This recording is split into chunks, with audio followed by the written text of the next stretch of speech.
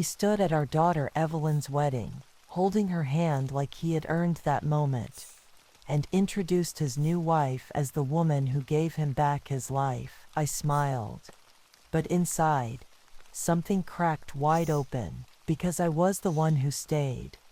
The one who built the company from the ground up. The one who raised both our children, through silence, shame, and storm. And now, he wanted the spotlight, for showing up after the curtain had already fallen. Before we dive deeper, hit that subscribe button and join us where betrayal, drama, and hidden truths unfold. And let us know where you're listening from in the comments below. I sat in the leather chair across from them, my hands folded neatly in my lap, but my soul was trembling. He looked so proud of himself, smiling like he had conquered something, like life owed him this moment. And she wore red, like a warning sign, like fire come to life, like she wanted me to remember I had been replaced. She clutched his hand the way I once did, except hers was not love. It was victory. It was possession.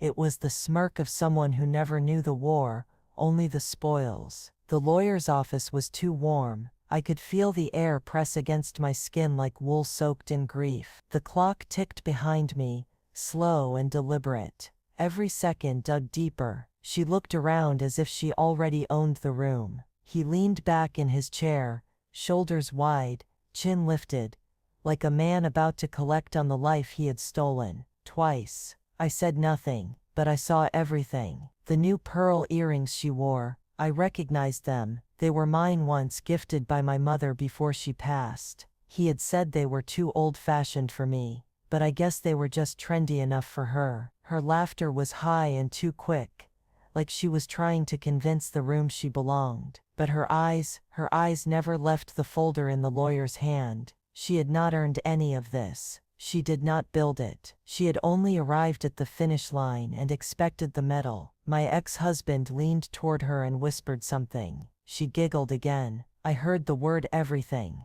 Yes, he had promised her everything. The house, the vacation home, the lake property, the art, the business we built from our garage in 1997, even the trust I had set up for our son, all of it. He had told her I was done, that I had signed it all away, and to be fair, I had signed, but I had also written something final, something precise, and they would hear it today. The door opened, and the lawyer walked in, calm, tall, polished. He greeted us by name, her name last. She frowned at that. She had grown so used to being first. He sat, placed the folder gently in front of him like it contained a holy book, and folded his hands. I will now begin reading the last will and testament of Edward James Franklin. The name echoed. He was not dead, but he would be, not in body, but in legacy, and that to men like him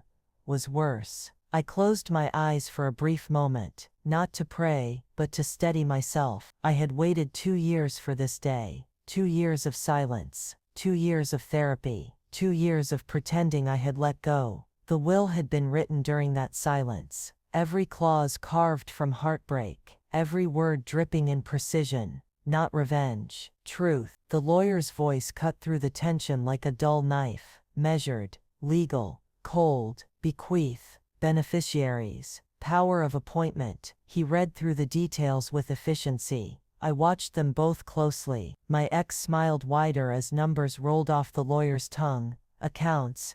Assets. Valuations. She leaned closer and mouthed the word millions. But I knew what page we were on. I had numbered them myself. 5 pages. The last one was the line. The clause that changed everything. The lawyer flipped the 4th page. Paused. My heart did not race. It slowed. Because I knew. And when he flipped to the final page, I looked up. My ex shifted in his chair. His wife adjusted her neckline. The lawyer's tone shifted, just barely. A breath caught in his throat. He read the last line aloud. In the event of my death, all remaining estate assets, liquid and real, including the Franklin family business, shall be transferred in full to the control of the first spouse provided the second spouse is present at the reading. In that case, all assets shall be frozen until said second spouse can be legally removed from beneficiary status. The silence that followed was so heavy it bent the air. I turned to her. She was pale. Her mouth opened,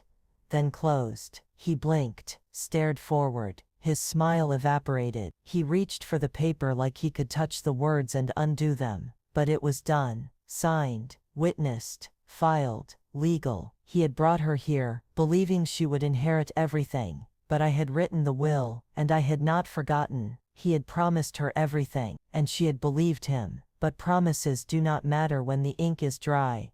And I had made sure the last line belonged to me. The lawyer cleared his throat again, quieter this time. No one moved. No one spoke. I stood, collected my purse, nodded once, and left them with the silence. The kind of silence that never lifts. People always told me I was the quiet one, the dependable one, the woman who remembered birthdays and showed up with baked goods, the wife who stayed, even when staying felt like slow death. I believed love was supposed to be hard, so I endured the years like they were a badge of honor. 22 years married, 22 years building a life with him, a son, a business, a home, and he threw it away for someone with high heels and a fake laugh. I was 32 when we opened Franklin & Co., a tiny graphic design studio in the back of our rental home. He had the charm, the salesmanship, the big ideas. I had the execution, the structure, the grit. He was the face. I was the foundation. People loved him. That was his magic. But they only stayed because of me. The deadlines I met, the books I balanced, the nights I worked when he was already asleep, or somewhere else smiling into someone else's eyes. Of course I knew, not at first, but over time, the signs bled through. Lipstick on his collar, excuses that smelled like perfume, voicemails he forgot to delete. But I kept going, not because I was weak, but because I believed in the vows I had made, even when he did not. I stayed because of our son, because he deserved a family, not a fractured war zone, because I wanted to believe I could fix what had cracked. I stayed until the day I saw him, with her, holding hands like they were 16. She was everything I was not, younger, louder, thinner, free, and he looked at her like she was air, and he had been suffocating for years. That was the day I stopped hoping. I did not confront him. I did not scream. I went home, packed a bag, and left. He came home to silence. And still, even then, I did not take revenge. I took peace. For the first time in my adult life, I slept without clenching my jaw. I filed for divorce with dignity. I asked for nothing more than what was fair. Half of the house, my share of the company, a clean break. He agreed, too easily. I should have known then, but I was tired, worn down from years of pretending I was not drowning. 3 months later, the truth came out. He had already moved her in. She wore my robe, drove my car, sat in the office I designed and called it hers. The betrayal was not just romantic, it was surgical. He had erased me, white out over a life I had bled to build. And worse, he started turning people against me. Friends, clients, even our son. She abandoned us. She could not handle pressure. She never supported my dreams. I became the villain in the very story I had written. I was not angry at first, only heartbroken,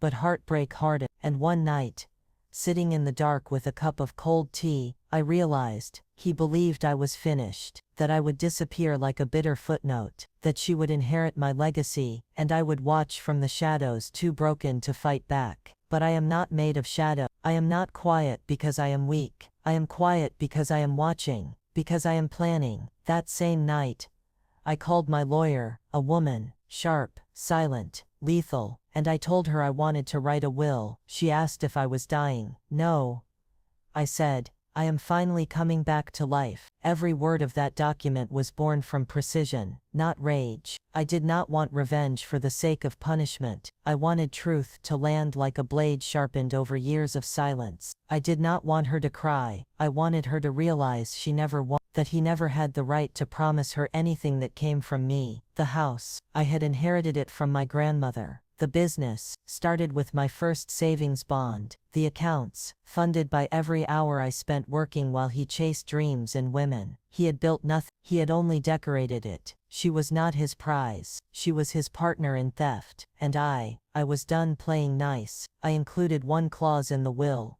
Just one, that changed everything. It would sit like a ticking clock, waiting for the day they would hear it and feel the ground shift beneath them. Some people poison slowly, others explode. I preferred the quiet cut, the kind that bleeds when you least expect it. I walked through our old house once after the divorce. They had repainted the walls, burnt orange, sage, cream, as if color could erase history, but they had not touched the garden. I stood there among the rose bushes I planted with my mother, and I knew, no matter what she wore, or what he promised her, they would never grow what I planted. Not really, because beauty does not bloom from lies, it grows from sacrifice, and no one sacrifices more than the woman who loved first, and walked away. I did not walk away in anger, I walked away in silence, one foot in front of the other, like dragging yourself out of a house fire you did not realize had been burning for years. By the time I left, I had already lost pieces of myself I would never get back. He did not know, he just turned the page, like I was a chapter he was done reading, like the story could go on without me. Some mornings, I would wake up and forget I was alone. I would reach for the other side of the bed out of habit, only to touch cold sheets and folded silence, the kind of silence that does not comfort. It confirms. It tells you you are no longer wanted here. I would lay there staring at the ceiling, listening to the faint hum of the refrigerator down the hall, and I would think, how did we get here? How did two people who built a life end up building separate futures with no room for each other? It was not one betrayal that broke me. It was the accumulation, tiny cuts over time, a missed call, a changed password, a birthday he forgot. Not because he was busy, but because he no longer cared to remember. I did not scream, I did not throw things, I just folded inward, a little more each day, until the version of me that used to laugh at his stupid jokes, the one who used to believe him, vanished. And she entered my story like a draft under the door, uninvited, unapologetic. He said it just happened, that he did not mean to, that he was confused. But love does not confuse you, cowardice does, and he was not confused, he was caught. I remember the first time I saw her in person. It was months after the papers were signed. She was walking out of our favorite coffee shop, wearing my old denim jacket. He must have given it to her. She wore it like a victory, like skin she had not earned. She looked happy, the kind of happy I used to fake in the mirror. I did not speak to her, I simply watched her walk to the car he and I had picked out together. The one he claimed he could not afford when I asked for a new washing machine. I stood there, heart silent, breath shallow, and something inside me shifted. Not hatred, not jealousy, just a deep heavy knowing that I was not the one who had been replaced. He was, the version of me that stayed. She was gone, and in her place stood a woman who had nothing left to give, except truth. Truth is quiet, it does not scream, it does not beg to be heard. It waits, it watches, and when the time comes, it moves like water over stone, soft, relentless, unstoppable. In the months that followed, I learned how to be alone again, how to make tea in silence, how to exist without checking my phone for his name, how to sleep through the night without waiting for a door that would not open. I stopped painting my nails the way he liked. I stopped wearing perfume for empty compliments. I stopped being soft where I should have been steel. Grief is not always loud. Sometimes, it is measured in small moments, like sitting in your car after the grocery store, staring at nothing, while the ice cream melts in the trunk,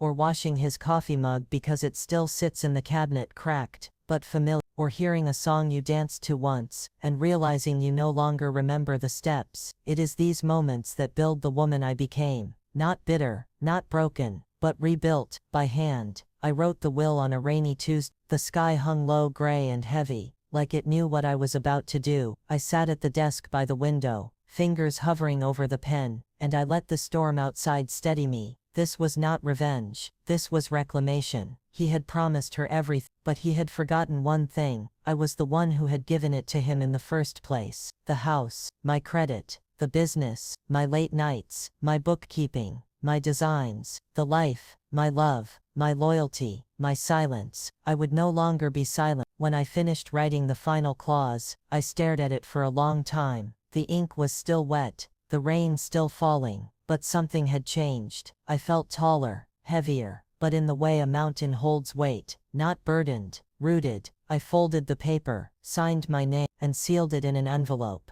That line, the one I added at the very end, it was not just legal, it was sacred. It was the boundary between everything I lost and everything I would never let be stolen again. And that was the moment I stopped surviving him and started becoming myself. They started showing up in the press about 6 months after the divorce. Engagement party, new product launch, a power couple spotlight in a small business magazine I used to write for. He gave interviews. She posed beside him. They said things like fresh start and built together. No one mentioned me. They had rewritten the narrative, page by page, until I was no longer a co-founder, no longer a wife, just the ex. People in our old circle stopped calling, stopped checking in. One of the clients I had brought in from my college years sent a Christmas card, addressed to them. I stared at the envelope until my hands shook. It was like watching your own name slowly disappear in wet ink. The holidays came and went in silence. I sent a text to our son. He replied with a thumbs-up emoji. Nothing else. That was the year I stopped decorating the tree. I spent most of my time in the cottage on the lake, the one I had quietly kept in the divorce. He had not cared about it.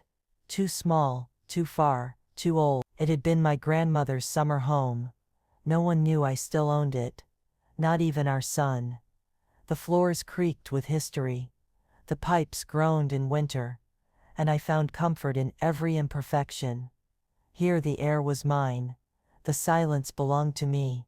Not to loneliness, but to healing. Still, his name haunted every corner of my thoughts. Not because I missed him, but because I could not believe who he had become. Or maybe, who he had always been. A man who needed an audience, a man who took and called it building, a man who saw women as tools, stages, mirrors for his ego. And now, he had her. A woman half his age and twice as loud. She was everything he wanted the world to see. And he gave her everything, except the truth. They invited me to the wedding.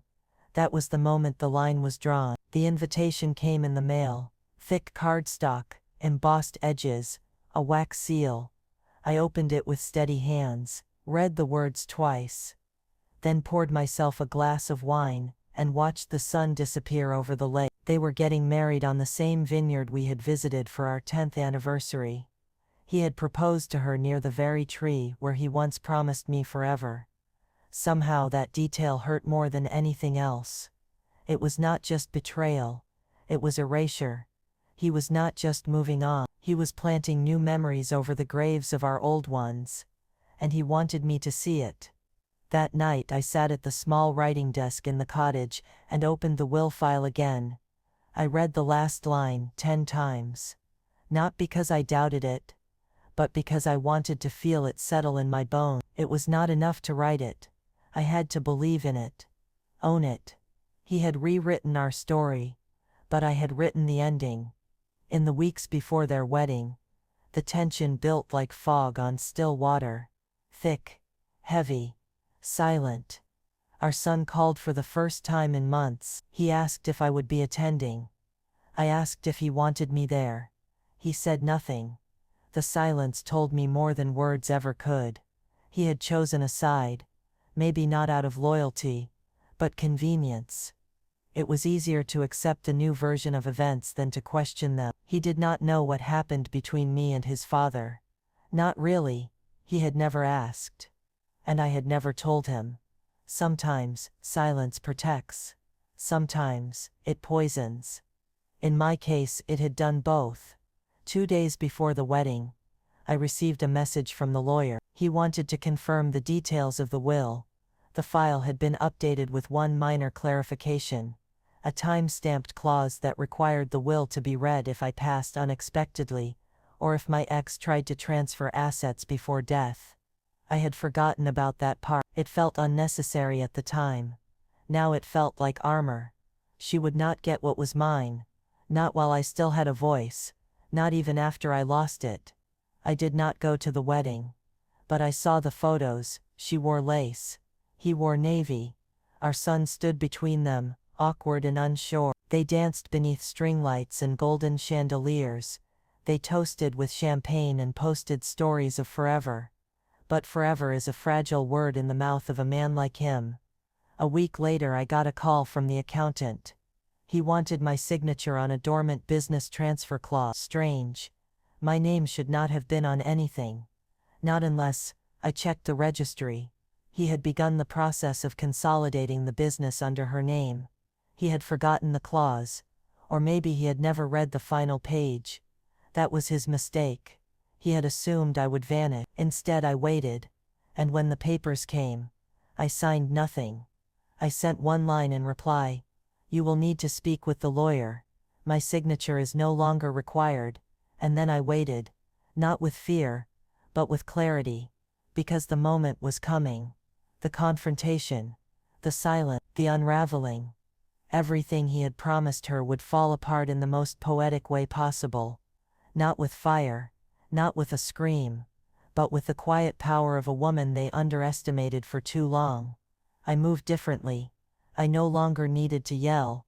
I no longer needed to prove. I had already done the work.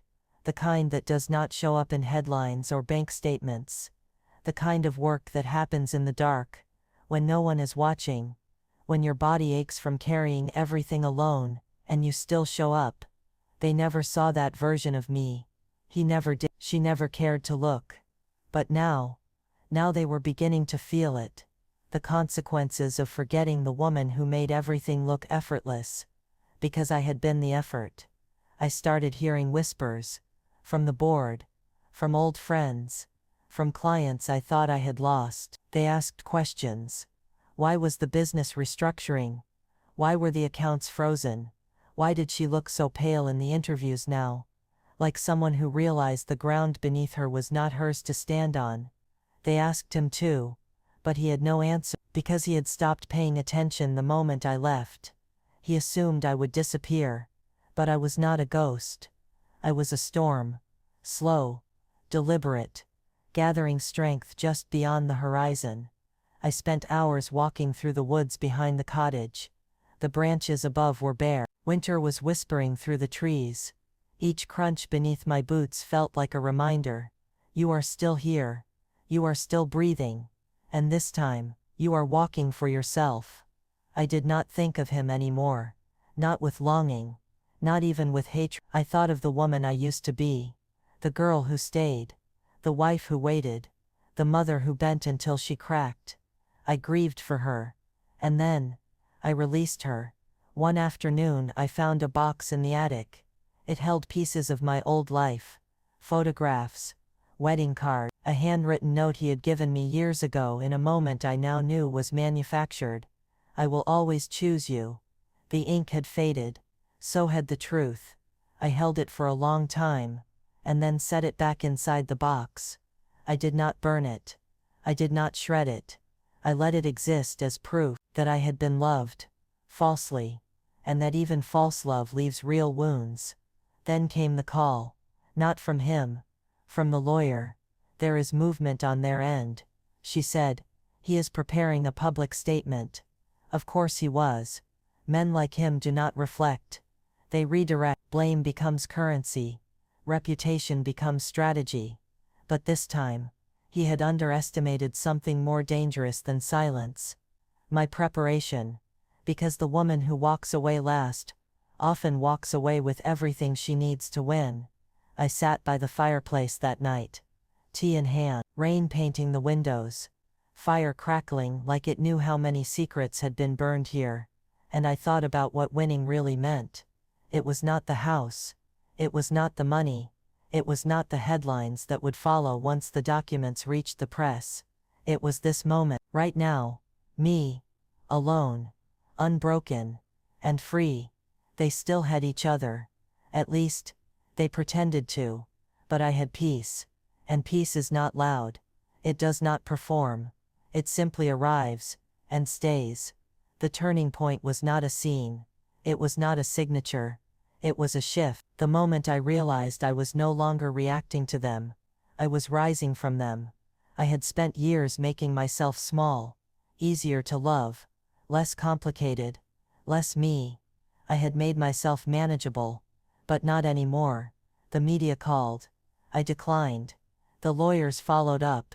I let them handle it. He tried to contact me again. I blocked the number. She posted something cryptic online.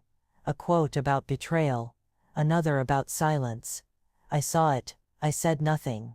Because she was learning what I had known for years. That promises without character are weapons, and no one leaves that battlefield without scars. Weeks passed. I saw my reflection one morning and barely recognized her. Not because she looked different, but because she looked alive. Eyes softer, shoulders lifted, lines in her face, but none of them etched in sorrow anymore. I had been a wife, a partner, a giver. Now I was my own. Not a version, not a role, not a woman someone else shaped. Just me. And for the first time, that was enough. I visited my grandmother's grave that spring. The flowers had started to bloom again. Yellow daffodil. She used to say they were stubborn. Always the first to rise after winter's worst. I stood there for a long time, hand on the stone, heart steady, and I whispered, I made it. Because I had. Not without pain, not without loss, but with the quiet unstoppable power of a woman who remembered her worth, and never let them forget it again. I was at the lake cottage when the call finally came. It was raining. Hard, relentless rain, the kind that soaked the earth. Not to drown it but to remind it what grief felt like. I had been expecting the call. Still, when the phone rang, I let it buzz 4 times before I picked it up. The screen read, Edward Franklin. I had not seen his name spelled out like that in months. My stomach twisted, but my voice remained steady. Hello. There was a pause. Then came his voice, no longer confident, no longer rehearsed. Just shaken. What the hell did you do? I stared out the window. The lake shimmered with gray, clouds bending low as if they too were tired of pretending. I did what you never thought I would, I said. You cannot do this. This is fraud. This is sabotage. No, I said calmly. This is protection. From you. She is my wife. And I was your wife. I said. You forget that. Silence. I could hear him breathing, heavy and erratic. I wondered if he was pacing, clenching his fists like he used to when things slipped out of his control. She has nothing now, he said quieter. The accounts are locked. The house is under review. The business. Yes, I interrupted. The business you tried to take from me is now trying to decide whether to survive without its spine. You do not know what this will do to us. I turned from the window and stared at the fireplace. You should have thought about that before you promised her a crown built from my bones. He scoffed. You think this makes you strong? You think this is justice? No, I said softly. This is clarity. 2 days later I received an email from her. It was not long. It did not need to be. I hope you sleep well, because he does not, and neither do I. I read it once. Then I deleted it. I did not respond. Some silence is not passive. Some silence is armor. But the fallout began fast. The bank froze their joint accounts pending legal clarification. The board of the company called an emergency meeting to re-examine the ownership transfers. The vineyard owner emailed me privately to apologize for hosting their wedding. Apparently he remembered our anniversary and had no idea she was her. Funny how the truth starts to echo when no one is left to silence it. My son called the following Sunday. This time his voice was different. Why did you do this? I closed my eyes because I had waited years to hear the question, not in anger but in curiosity. I did not take anything from your father, I said. He tried to give away something that was never his to give. You could have told me. You never asked. Silence again. A silence I did not try to fill this time. Finally he said, "She is leaving him." I said nothing. She said he lied to her about everything. That he told her the company was his alone, that you were out of the picture. She believed him. I said, she believed in what he sold her. He sighed. I guess we both did. I wanted to say you still do, but I didn't. I said, you do not have to pick sides. But you should know which one tells the truth. He hung up shortly after, but for the first time in years, he called me again the next day. That was enough. The final confrontation came in person. I was walking out of the grocery store, a storm overhead, light breaking through clouds like a scar across the sky, when he stepped in front of me. His hair was messy, his shirt wrinkled. He looked older, smaller. "I loved you once," he said. I stared at him. "That may be true," I replied, "but you loved yourself more." He looked away. "I never meant to hurt you." I raised my chin. "You did not hurt me. You emptied me. I hurt myself staying." The wind picked up. He said, "Do you feel better now?" I looked him dead in the eyes. "No, but I feel free." He said nothing else. He let me walk away.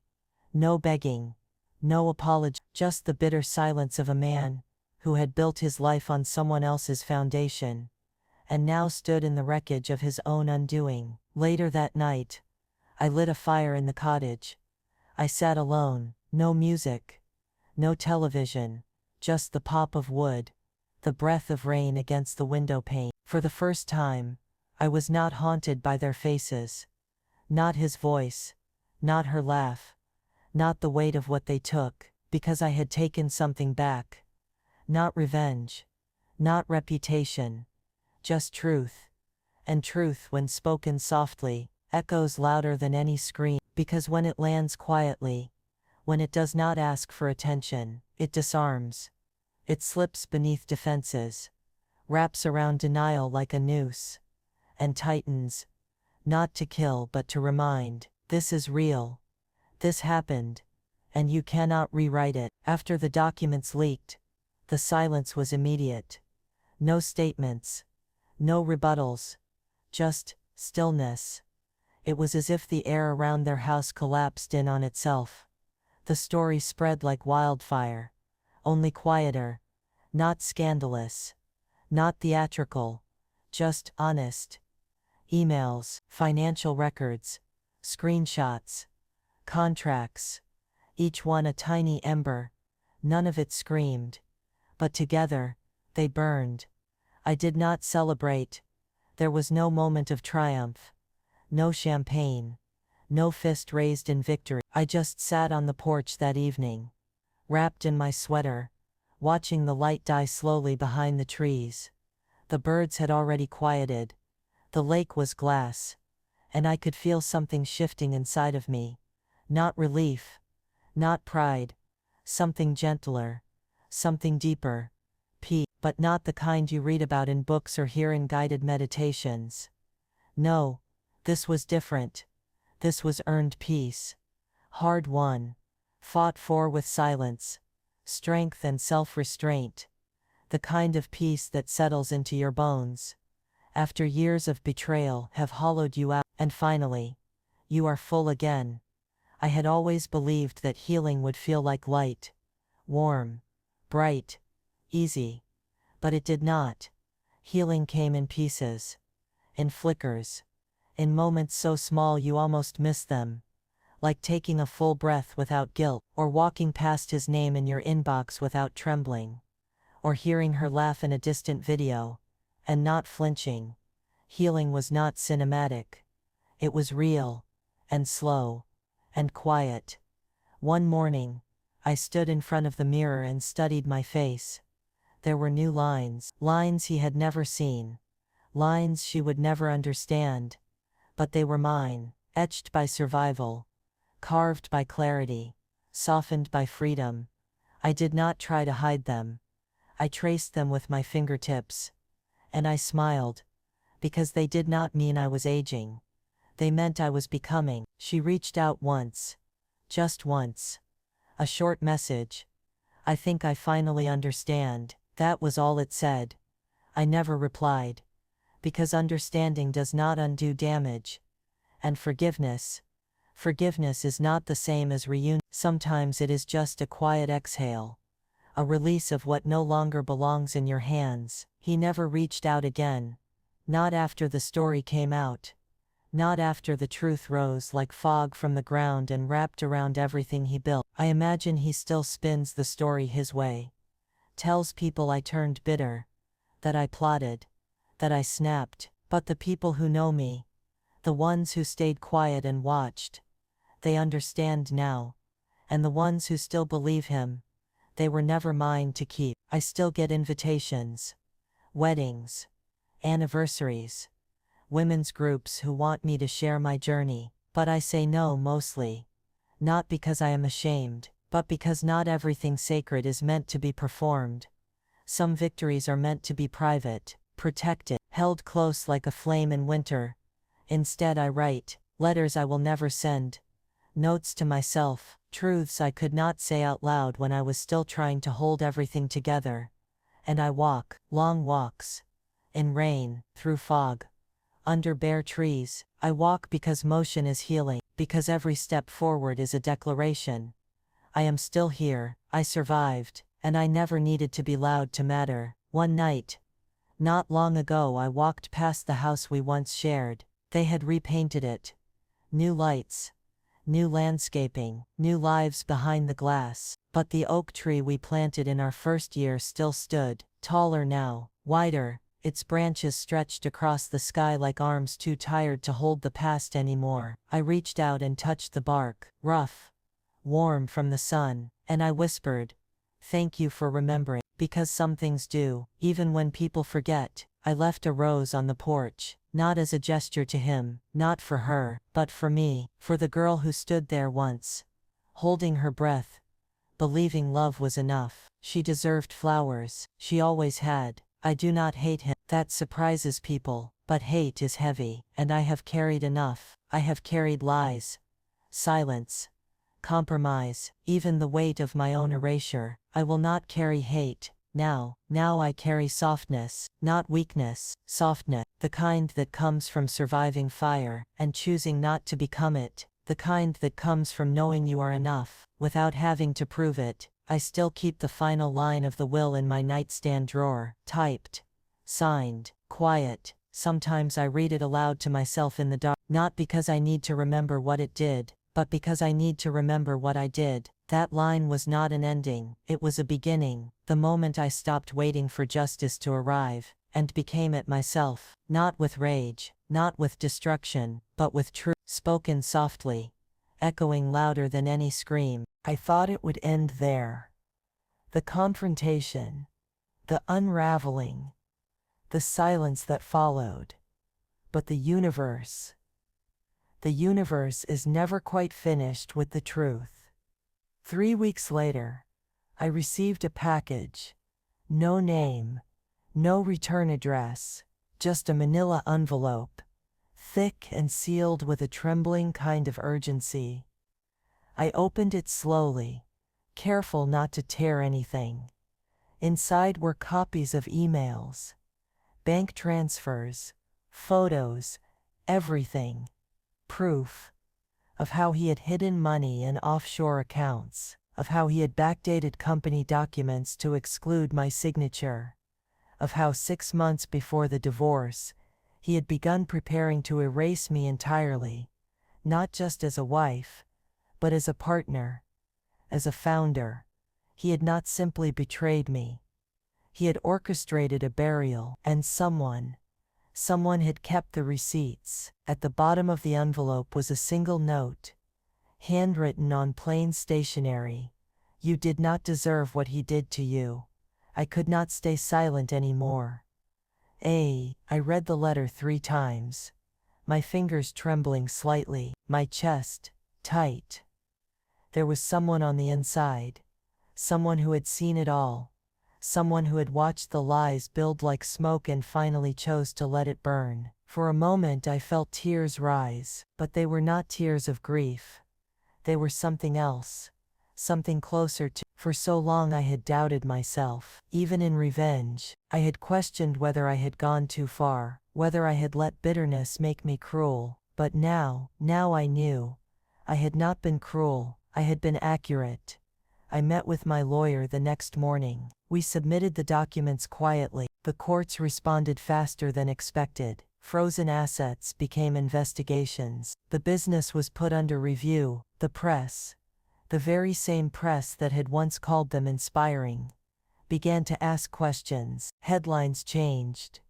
Articles were edited. Old stories deleted, new ones surfaced. And in all of it, I said nothing. I gave no interviews. I posted no updates. Because justice does not always come from volume. Sometimes it arrives in whispers, in sealed envelopes, in the unraveling of reputations they thought were indestructible. 2 nights later, I walked down to the lake after sunset. The fog rolled low across the water, not thick, just enough to blur the horizon, to make everything soft, quiet. I carried a thermos of tea, wrapped myself in the shawl my mother left me when she passed, and I let the cold air kiss my skin. It did not hurt, not anymore. It reminded me I was still here, still whole, still standing. For the first time in years I let my breath come without resistance. I did not clench my jaw. I did not scan the dark for ghosts. I simply breathed. The lake shimmered beneath the stars, and I whispered into the fog,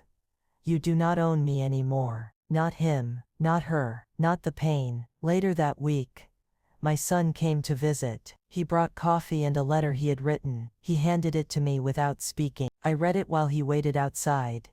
It said I believed him because it was easier than believing he hurt you. I thought if I chose him, I was choosing stability. But now I see, you were the foundation. You were the quiet, the strength, the one who stayed and sacrificed. I am sorry I forgot that. I stepped outside, found him by the dock. He looked like a boy again, tall and unsure, like the day he first rode a bike without training wheels, and did not know what to do with the speed. I hugged him, and this time he hugged me back. I never asked who sent the envelope. I did not need to know. Some truths are more powerful when left faceless. Maybe it was a former assistant, maybe an accountant, maybe even someone she trusted, who realized I had been erased long before they showed up. Whoever it was, they had given me something I never expected. Not revenge, not restitution, but peace. Because now I could let go, not forget, not forgive completely, but let go. There is a difference. Letting go is not weakness. It is choosing yourself. Over and over again, after being told you were not enough, I still have the will. It sits in a locked drawer in the cottage. Sometimes I read the final line again, not out of spite, but to remember that words, when written with clarity, can outlive betrayal. That silence, when chosen,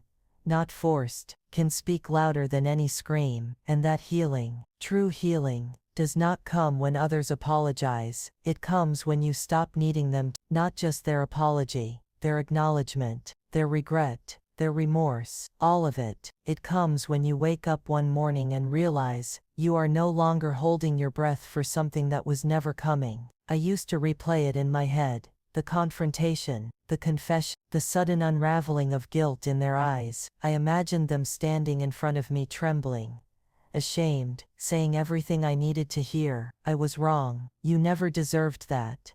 You were always enough. But that moment never came, and now I understand why it does not matter anymore. Because healing is not about hearing the right words. It is about remembering you never needed to be hurt to begin with. They say time heals everything, but time does not heal. Time reveals. It peels back the layers, slowly, painfully, until you are forced to look at everything you ignored, the red flags you painted white, the excuses you memorized, the loneliness you dressed in patience, and you realize it was never your fault. You just stayed too long in a room that was already empty. There is a kind of freedom that comes when you stop waiting. It does not look like fireworks. It does not sound like cheering. It feels like stillness, like being able to sit with your own silence and not flit. It feels like walking through your house and not feeling the need to shrink. It feels like laughter that surprises you because it is yours, and no one gave you permission for it. I used to keep old photos in a drawer by my bed. I would take them out when I felt weak, when I missed what we used to be, when I doubted what I knew. I thought looking at them would help me understand, but all they ever did was lie. Smiles caught between storms, moments frozen in time, never showing what happened after the shutter clicked. So one day, I let them go, not with fire, not with rage. I buried them, literally, behind the garden, in the soil where I plant new things now, because what is gone should stay buried, and what is meant to grow needs space. My favorite part of the cottage is the porch. It is quiet there. The boards creak when I move, the wind whistles through the pines, and the lake just exists, unafraid, unapologetic. It does not try to be anything else, it just is. Some days, I sit there with a cup of tea and say nothing at all. I just let myself be, like the lake, and that is enough. She tried to reach out again, another message, this one longer. She said she was sorry, said she did not know the whole story, said she thought he was honest, said she was just looking for something real. I read it slow, not because I wanted to absorb it, but because I wanted to feel how little power it had over me now. I did not reply, not because I was angry, but because I no longer needed to explain who I was to someone who only ever saw what he showed them. That version of me, the one who needed to be understood, defended, vindicated, she is gone, and in her place is a woman who knows exactly what she brings to the table, even if no one else ever shows up to eat. He never said a word. Not after everything collapsed, not after the press turned cold, not after the board started asking questions, not after their assets froze. He faded, the way ghosts do when no one feeds them. I do not hate him, I just do not recognize him anymore. And maybe that is the closure I never knew I needed. Not an apology, not a dramatic ending, just distance, and the peace that follows when you stop caring what they would say if they still had your number. One evening, I lit a candle and wrote a letter to myself. I dated it, sealed it, tucked it into the drawer beside the window. Inside I wrote, "You survived without becoming bitter. You walked through fire and refused to turn to ash. You found yourself, and you stayed. That is the kind of love I needed all along. Not from him, not from her, from me. Now I live, not loudly, not perfectly, but fully." Some mornings, I wake up to birdsong and smile before I even open my eyes. Some nights, I fall asleep without needing music or distractions or prayer. I still have hard days, I still get lonely, I still wonder what could have been, but I never question who I am anymore, because I know healing is not something you finish, it is something you choose, every day. It is a decision, to stay soft, to stay open, to stay grounded in truth, even when lies try to rewrite the past. It is choosing not to go back, even when part of you still wonders if they ever cared at all. The woman I am today, she does not wait for closure, she creates it. She does not beg to be loved, she becomes love itself. Warm, steady, unshakable, and she does not scream to be heard, she whispers, and the world listens. People always ask, how do you move on from something like that? But the truth is, you do not move on, you evolve through it. It was always going to end this way, not with revenge, not with a courtroom scream, but with a decision, a choice I had earned. When I opened the final draft of the will, I stared at the last page for a long time. The ink was dry, the weight of the words heavier than anything I had carried in years. I had rewritten everything, not just the legal language, but the ending of the life I had once sacrificed for someone else's comfort. And now it was mine again. I did not need to see Edward's face when he heard it. I did not need to watch her fake calmness crack, because I knew what that final line would do. It would slice clean through their illusions. It would erase the lies they had wrapped in wealth and titles, and it would give everything to the one who had stood quietly beside me through it all. My daughter. Her name is Evelyn. She does not talk much. She never wanted the spotlight, never chased attention, but she watched, She remembered. She was 13 when he left, and not once, did she ask me why he did not call on her birthday. She simply stopped expecting him. There is something heartbreaking about a child who learns too early how to stop hoping. I raised her through exhaustion, through cold winters and late shifts and school lunches paid for with spare coins. She watched me tape up leaking windows. She watched me cry behind laundry basket, but she never looked at me with pity, only pride. Quiet, constant, fierce pride. And now she was the woman I had always hoped she would become. Soft where the world was hard, strong where I had once collapsed, kind when kindness felt undeserved. The day I signed the will, I invited her to the lake. Just us. The water was calm, sky wide and gold. I handed her the envelope and said nothing. She opened it slowly, and her hands began to shake. Everything, she whispered. I nodded. But why not keep some for yourself? I looked at her, this woman I had raised from scratch, this soul I had carried through fire, and I smiled. Because you are what I built, and now, you are what I leave, she cried, not loudly, not for show, but the kind of cry that comes when someone finally feels seen. We sat on the dock until the sun disappeared.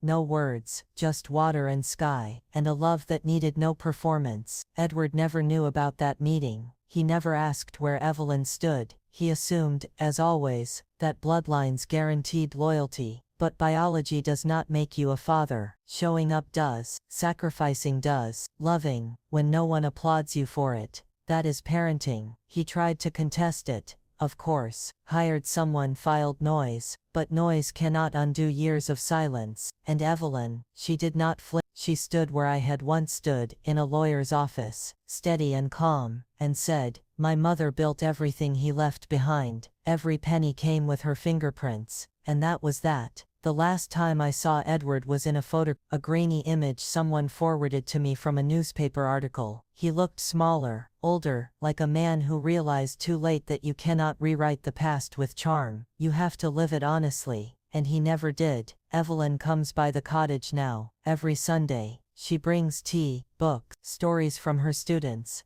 She teaches literature now. Sometimes we sit by the fire and read the same pages in silence. Other times, we just laugh. Big, easy laughter. The kind that feels like home. She does not ask about her father anymore. I think she has made peace in her own way. But once, when we were watching a storm roll in across the lake, she turned to me and said, "He gave me life, but you gave me living." I did not answer. I just reached for her hand, and we watched the sky crack open without fear. I have not touched the money. I probably never will. I kept what I needed, left the rest for Evelyn, and for the granddaughter I hope to meet someday. Because legacy is not what you leave in a bank account, it is what you plant in a child's heart. Some nights, I sit alone in the quiet and listen to the wind. It whispers through the trees like an old friend, and I think about how far I have come, not just in years, but in self-worth, in clarity, in courage. I am not who I was. I am not what he named me, not what she assumed, not what the world tried to write over. I am not someone's ex-wife. I am not a bitter woman with a plan. I am a mother, a survivor, a writer of endings. And this ending is mine. I placed the will in a cedar box, locked it, tucked it away, not to hide it, but to honor it. Because that line, the last line, it was not revenge. It was remembrance, a promise, written not in anger, but in ink and love, a final whisper that echoed louder than all the screams. I did not leave to run away. I left to return to myself, and in the silence that followed, I remembered who I was. Margot Hayes, wife, mother, survivor, and now, the woman who wrote her own ending. They thought they could erase me, but I am still here, not broken, just rebuilt, because some endings are not revenge, they are rebirth. And when you stop chasing closure, you finally become your own. Here at RL's Circle, your story matters too, so do not just watch from the sidelines. Subscribe to stay part of stories that speak truths we are not supposed to tell. And tell me this in the comments: have you ever chosen peace over being right? I am listening.